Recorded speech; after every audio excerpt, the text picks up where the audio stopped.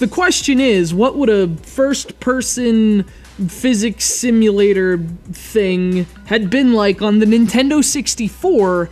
Well, there are two answers. The first being that you ask some pretty strange questions, the other being barrel toss. Unfortunately, it's not 1998, and the iPad is not, in fact, a Nintendo 64.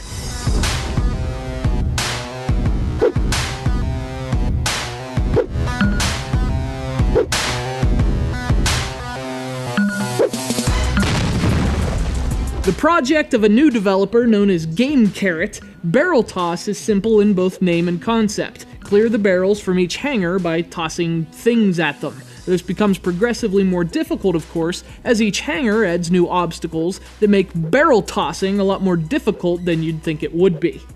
You have a few weapons at your disposal. There are crates, shoes, cannonballs. The only catch is that the crate is the only one available at the start. If you want to use those other weapons, you have to unlock them, and if you want to unlock them, you have to knock off about a few thousand barrels first. In fact, 2,500 for one weapon, 4,000 for the other. This is ridiculous!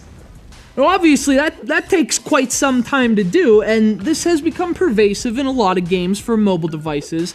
Technically, the game is free, but it takes a long time to gain access to better weapons and more levels. So you have to just keep playing the same ones over and over, with the dangling carrot being that, oh, you can just buy those extra features with an in-app purchase.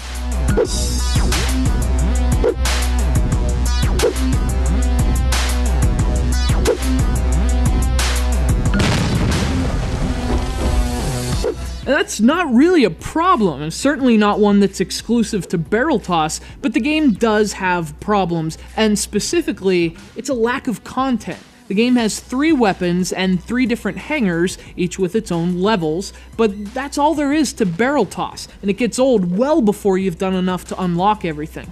Now, of course, there's not much you can do about repetition in a game like this. You're essentially throwing objects at other objects the whole time, but the game is fun in a Boom Blocks kind of way. The problem is, the difficulty spikes pretty quickly, and since you have to clear those barrels with very limited throws, it quickly evolves from challenging to frustrating.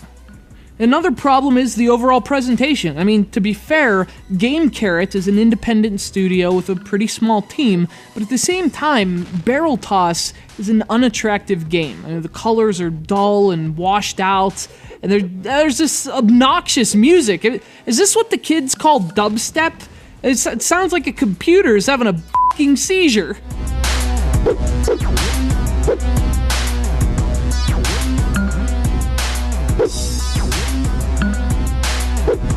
Barrel toss is kind of a fun idea, but to me, it felt a bit too dated and was a little too frustrating to recommend. It kind of reminds me of a game that we would have raved about on the Nintendo 64, only to play 15 years later and suddenly lament our sobering from nostalgia.